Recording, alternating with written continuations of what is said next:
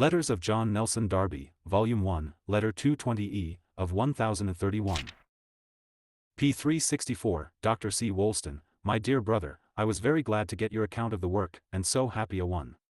I am sure true devotedness is the secret of power, and specially in these days, and that the value of brethren can only be if we so live in service for Christ, and for Christ specially among the poor. Sigma upsilon nu alpha pi gamma epsilon tau omicron tau alpha pi epsilon iota nu omicron, not condescend, as so falsely translated in English. Romans 12 verse 16. We must remember that we are in the last days.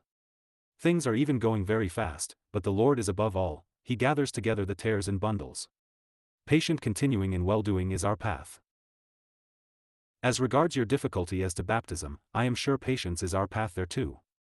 I can conceive nothing more false than a Baptist testimony, more poor than a Baptist church. The whole thing is a mistake.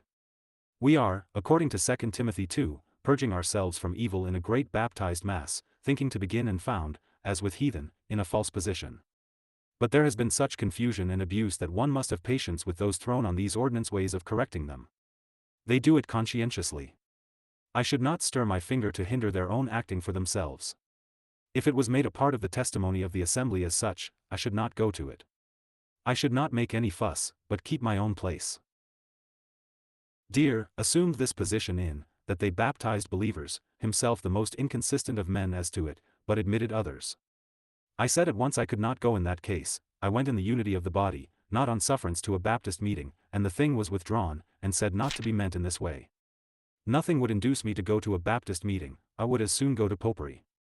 I should have objected to giving up the prayer meeting, and any public declaration of its being a part of their testimony. Their private view of it, of course, they are free in. But we are called to peace. They attacked me once about it at Dash, and I found they could not answer at all from Scripture.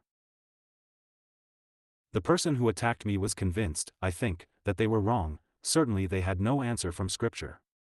But I would not trouble one of them. I do not admit their baptism to be really such at all, but they do it conscientiously, and believe it such, and I am content, as I accept the ordinance as Christ's.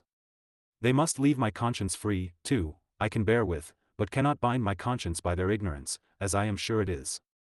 If the assembly takes the ground of being Baptists, of course I should not go. But, I repeat, we are called to peace, and no individual, or multiplied by many, expression of opinion would move me at all. It always does mischief where it is held, and narrows the spirit, but when the assembly is not formed on it, I am free. Seek peace and pursue it. And the Lord give you peace always by all means. Here the Lord blesses, numbers are a good deal increased. I have been in the States.